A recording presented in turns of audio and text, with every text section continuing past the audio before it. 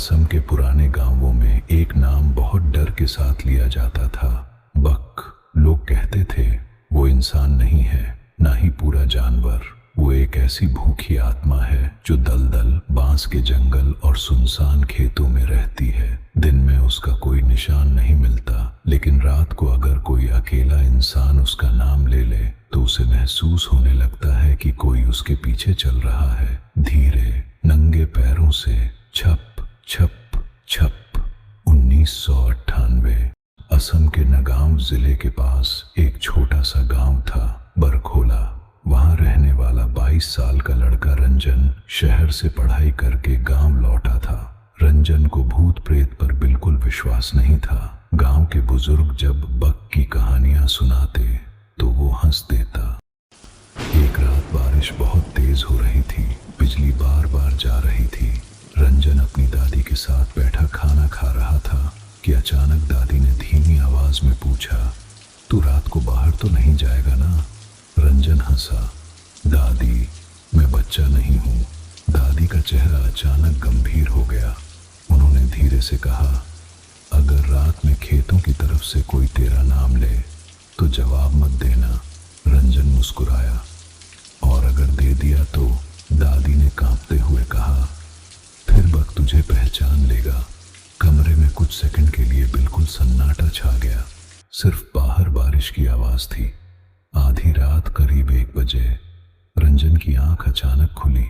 उसे लगा जैसे घर के पीछे कोई चल रहा हो।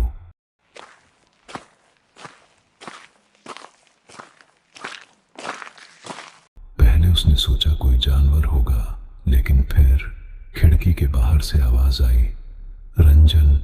बहुत धीमी, बहुत भारी। रंजन का शरीर ठंडा पड़ गया। वो उठकर खिड़की के पास गया।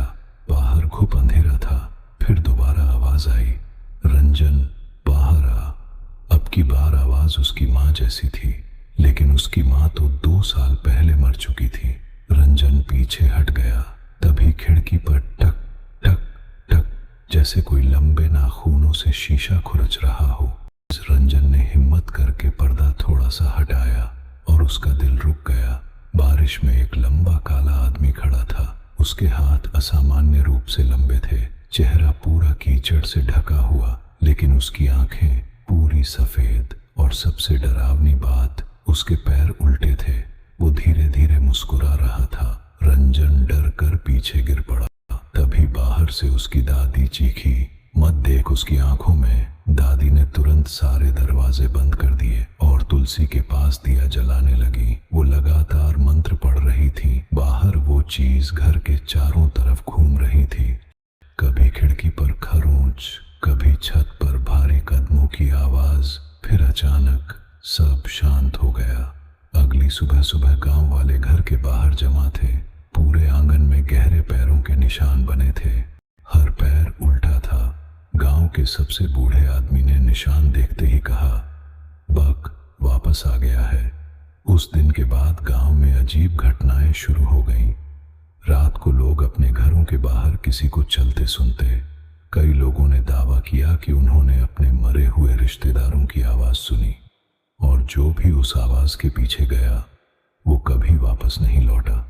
रंजन ने तय किया कि वो इस रहस्य का पता लगाएगा। गांव के पुराने मंदिर में एक पुजारी रहते थे। उन्होंने रंजन को एक कहानी सुनाई। बहुत साल पहले उसी गांव में एक आदमी रहता था जिसे काले जादू का जुनून था। लोग उसे बक बाबा कहते थे। वो अमर होना चाहता था। एक रात उसने दलदल के बीच एक खतरनाक तंत्र किया, लेकिन कुछ गलत हो गया। सुबह लोगों को उसका शरीर नहीं मिला, सिर्फ कीचड़ में उल्टे पैरों के निशान थे। उसके बाद से हर बरसात में बक लौट आता था और किसी इंसान की आवाज में लोगों को बुलाता था। तो उस रात रंजन ने तय किया कि वो सच देखेगा। वो अकेला लालटेन लेकर दलदल की तरफ गया। बारिश शुरू हो चुकी थी, चारों तरफ धुंध थी। फिर उसे अपनी माँ की आवाज सुनाई दी, रंजन बेटा। उसकी आंखों में आंसू आ गए। आवाज बिल्कुल असली थी। वो धीरे धीरे उस आवाज के पीछे चलने लगा। दलदल के बीच पहुंचते ही उसने देखा एक औरत पीठ करके खड़ी थी। सफेद साड़ी, गीले बाल रंजन कांपते हुए बोला, मां। वो चीज धीरे धीरे पलटी और उसका चेहरा पूरा सड़ा हुआ था। आंखों की जगह सिर्फ काले गड्ढे, मुंह कान तक फटा हुआ, और उसके पीछे वही लंबा काला आदमी खड़ा था।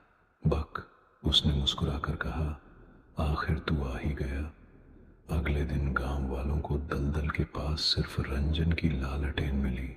उसका शरीर कभी नहीं मिला। लेकिन आज भी बरखोला गांव में जब बरसात की रात होती है तो लोग दरवाजे जल्दी बंद कर लेते हैं, क्योंकि अगर कोई तुम्हारे मरे हुए रिश्तेदार की आवाज में तुम्हें बुलाए तो हो सकता है वो इंसान नहीं, बक हो।